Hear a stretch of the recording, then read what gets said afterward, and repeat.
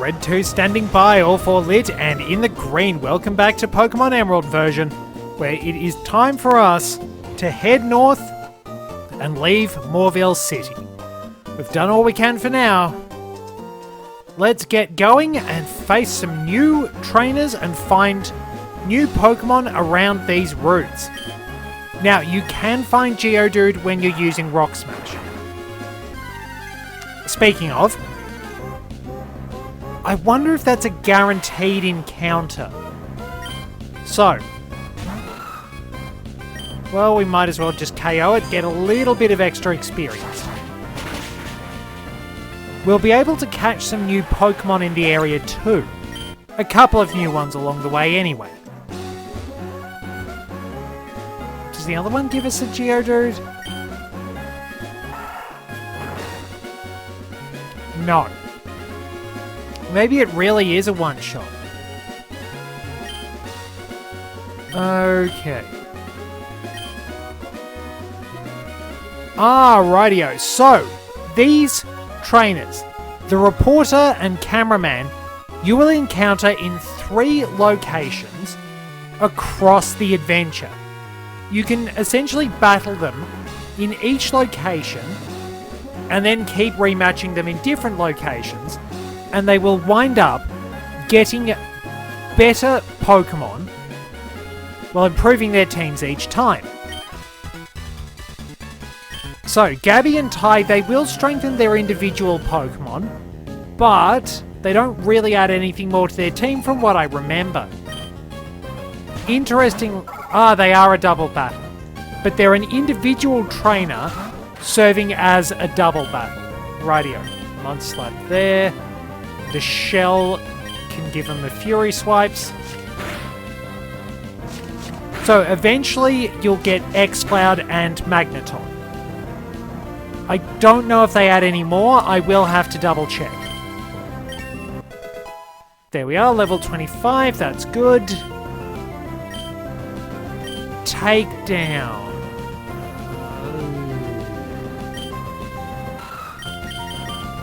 Takedown. I do have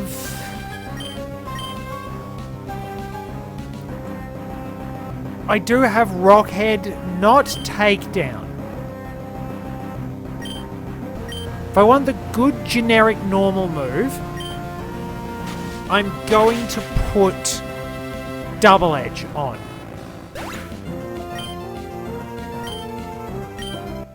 Alrighty, so their dialogue when you actually see the interview on TV will change depending on whether they got to attack or not.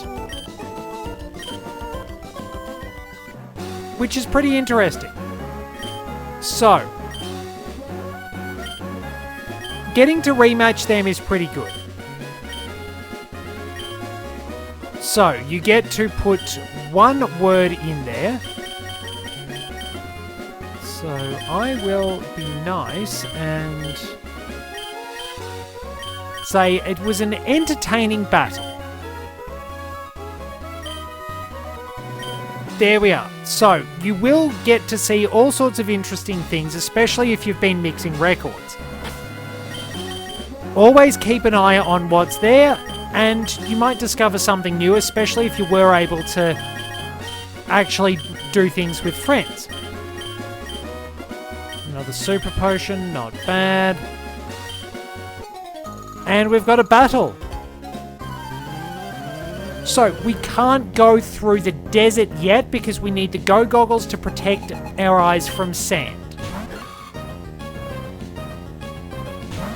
Yeah, I'm not confident because Shroomish can just use Leaf Seed.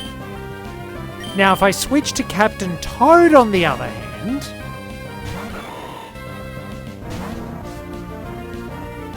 okay, that's interesting. Okay, Headbutt is actually slightly stronger at this point in time, even with same type attack bonus. Rightio. Smack it with a Headbutt.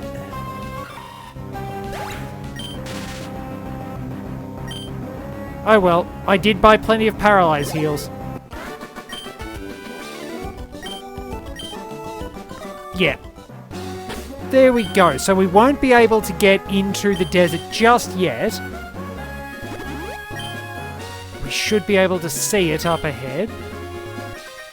Assuming we don't run into another trainer, I thought... Wait, so you've got a hare Pokemon because your Pokemon is Peppy.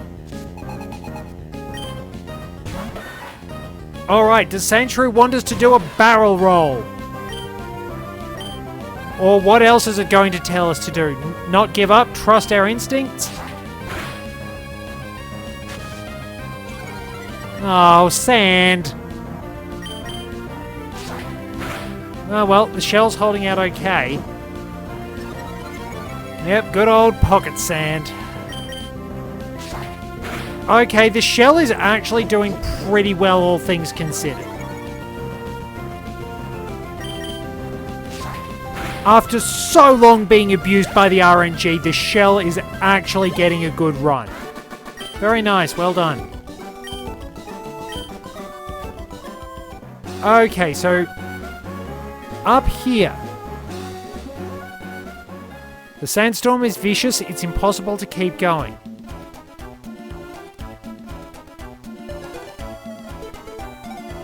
So you can at least listen to the music.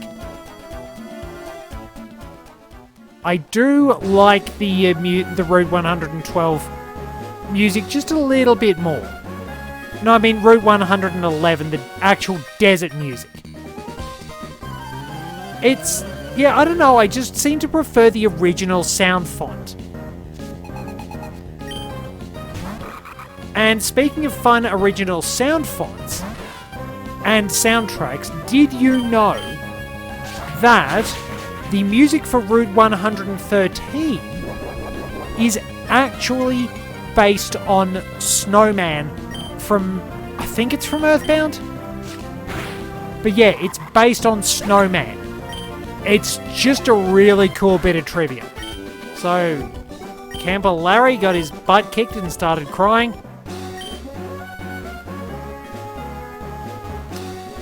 Yeah, I suppose we all miss our parents, but mind you, my family just sent me out into the wide world and expected me to become a Pokemon trainer.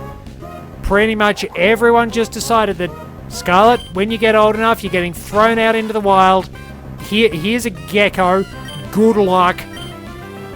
Try not to die. That was kind of it.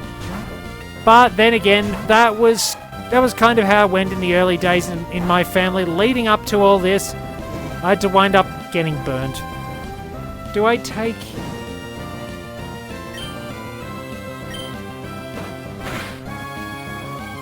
I have questions. Do I have anything that can... I used my full heal, didn't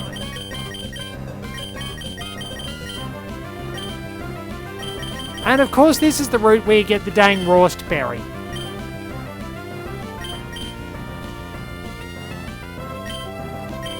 Let's throw something. Like I don't know, a rock or something.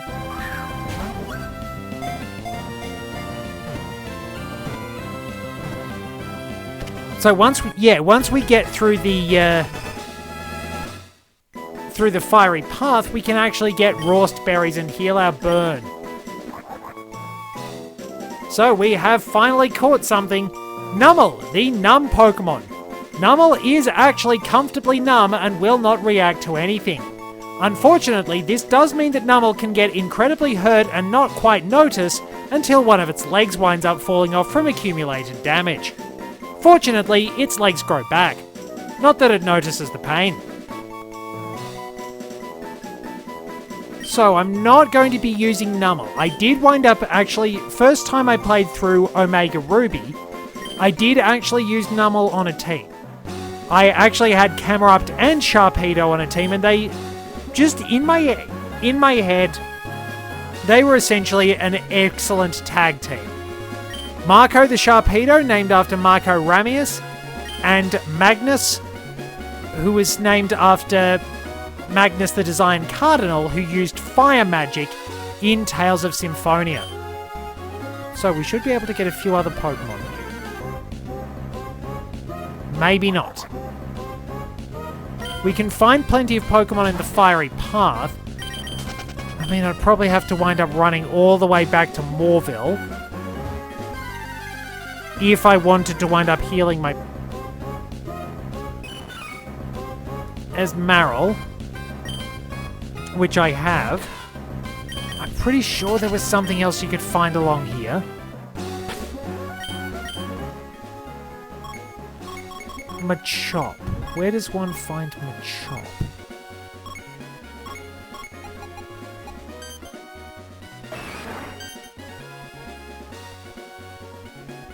Ah, it's probably found in the Jagged Pass.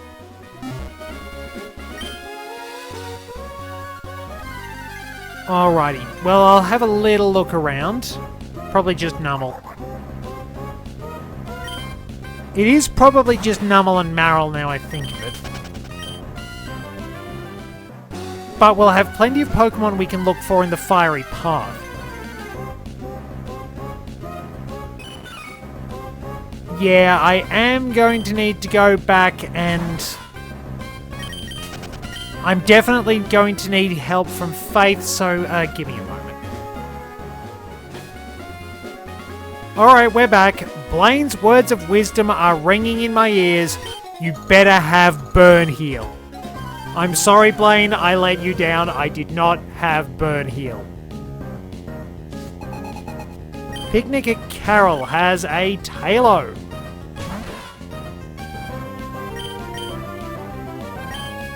Just quietly switch out. And I hope no one notices. Kryptonite is still everywhere for poor the shell.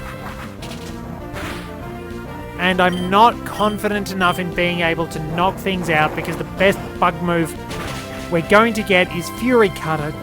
Decent, really, really decent bug moves that weren't Mega Horn wouldn't come around until Generation 4, and some of the best bug types came around in Generation 5. Alright, we will roll over the top of this, unless it uses Fake Out. Pokemon that have Fake Out tend to use it a lot. If they can. It's a bit of a pain in the butt.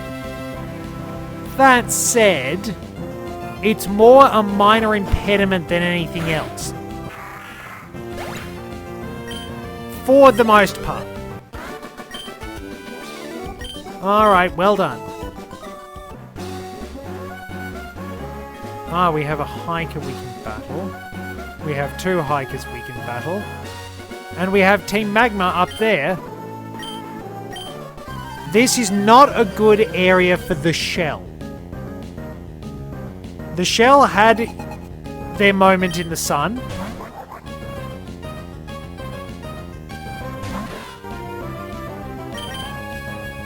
So yeah, the issue with fire types is why I've got Faith here. But yeah, this is not going to be good for the shell unless we face a fighting type. I think the other guy's got 3 Geodudes, which will be really good for Captain Toad. Really bad for the shell. That was easy enough. And it certainly doesn't help that we're... Oh well, you know what, let's just bubble beam our way through this. Hey, we got the speed drop, nice. So that's only a 10% chance. Interestingly, I'd still probably take Bubble Beam over Octazooka. Octazooka has 85 base accuracy and the same power, but it has a 50% chance of lowering the opponent's accuracy. That's all well and good, but have you seen what my attempts at using evasion strats did? The game said no. So, Team Magma. Hey man, is our leader really going to awaken that thing? Sounds like it, yeah, but I heard we need a meteorite to do it. Oh, I get it now. That's why the rest of the crew went out to Fallowport. You got it. And until they come back, we're not to let anyone pass. Right. So, there we go. Those two stooges are going to impede the way to Mt Chimney, which is our encounter with Team Magma, and a much more sensible location for Team Magma to actually have their base, which we'll find later on. So, another hiker. Yeah, your legs can hold out pretty well, but even so, mine still wind up getting a bit stiff and creaky no matter how much I stretch. I still just think the human body is designed to break. You just suffer from old after a while. There is just a point where you experience old and there's nothing you can do about it.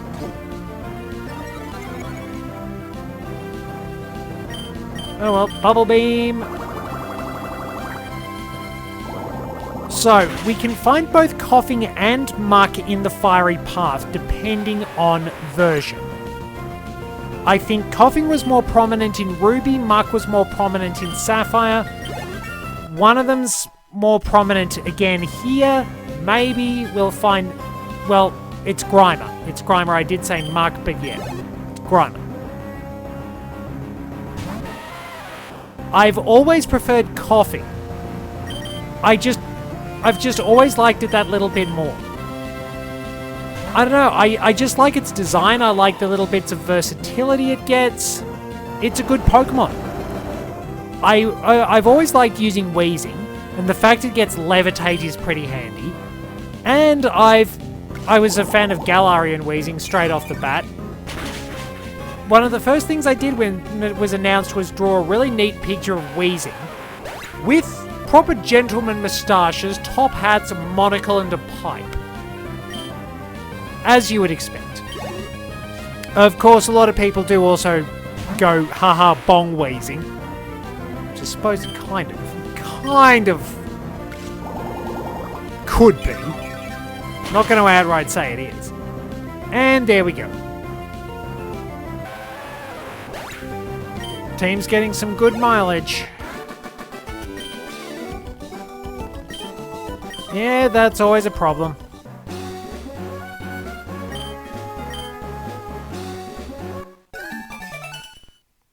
That's an interesting little one. Oh yeah, you probably have to be seriously fit to be a hiker. Like, they're usually stocky, at least early on, but they're generally pretty fit. Alright, the fiery path.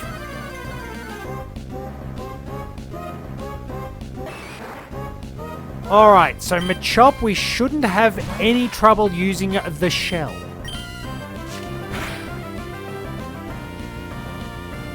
Especially since it can't hurt us. Alright, see, yeah, wild Pokemon generally seem to be a bit more haphazard. Trainers are a little bit smarter. Now, you can actually find Slugma here. A lot of people thought that Slugma was a Generation 3 Pokemon. Same deal with Skarmory, and I'm tempted to use Skarmory in all fairness. Machop, the superpower Pokemon. Did you know that Machop has a tail? Well, now you do. As a matter of fact, every single muscle in Machop's body is so strong that they wound up extending out of its back because its spine had such powerful muscles, the body didn't quite know what to do with them, so it wound up growing a tail. Yeah, it throws people off. Machop actually has a tail. It winds up losing that when it evolves. It trades off its tail, basically. Alright, not too bad. So, we can come back here once we've got strength. I believe we need the badge from Lava Ridge Gym to actually wind up getting the use of strength. Yeah, Lava Ridge Gym is strength. Then Surf is from our dad's gym in Petalburg, which is also a location in the 1,000 Year Door. So very, very different Petalburg.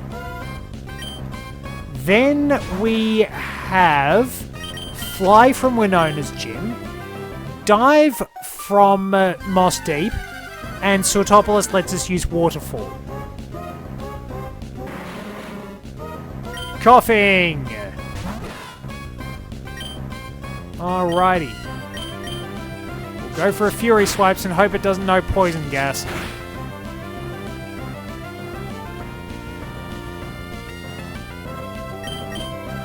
Alright.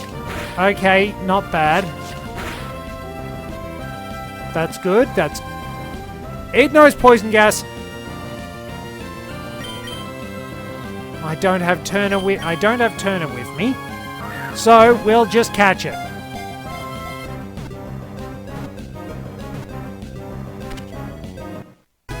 There we go.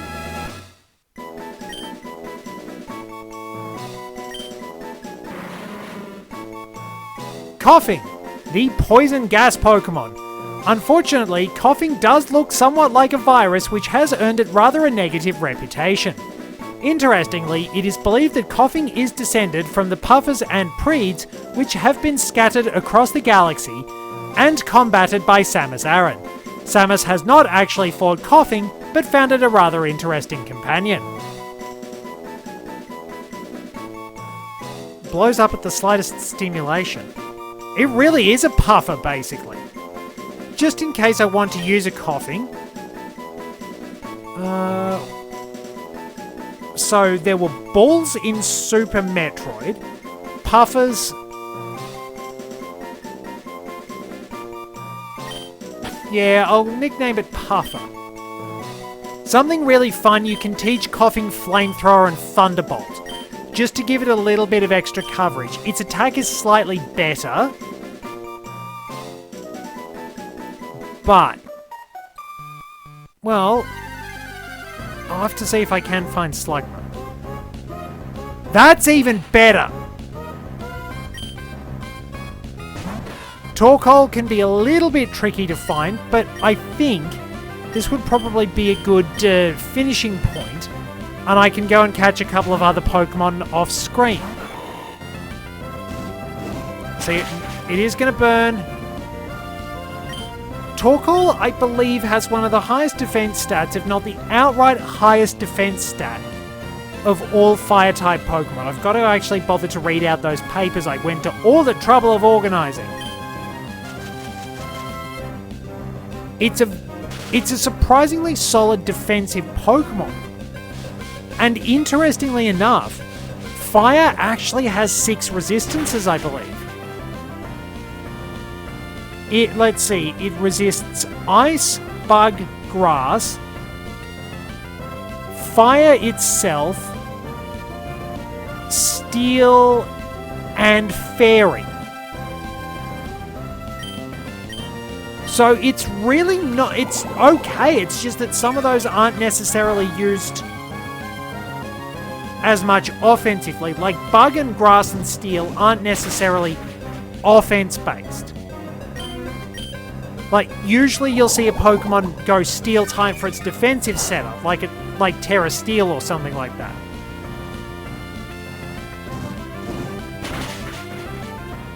Alright, probably time to tag out. Let's get Faith in there.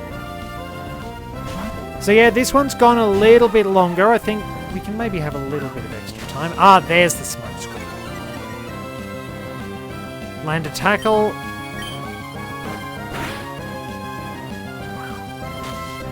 Do I risk another one? Or let's just go for the Great Ball and hope.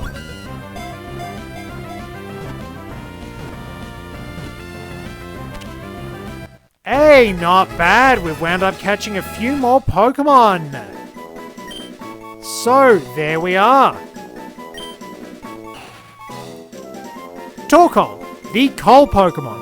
Torkoal once was a very popular Pokemon used by various gym leaders all throughout the land. Unfortunately, Torkoal is gradually being phased out. In fact, it is believed there is a regional form of Torkoal which is fueled by solar power. All right. So, we did pretty well. Maybe we'll run around and see if we can actually find that slug bug. Because, I'm surprised that we didn't actually find it yet. Wonder if you can get a Shadow Mag cargo. I suppose I shouldn't waste too much time running around trying to catch things. We can always wind up coming back. You know what? Let's just pop out. We can grab some berries and have a double battle in the next one. Thank you very much for joining me.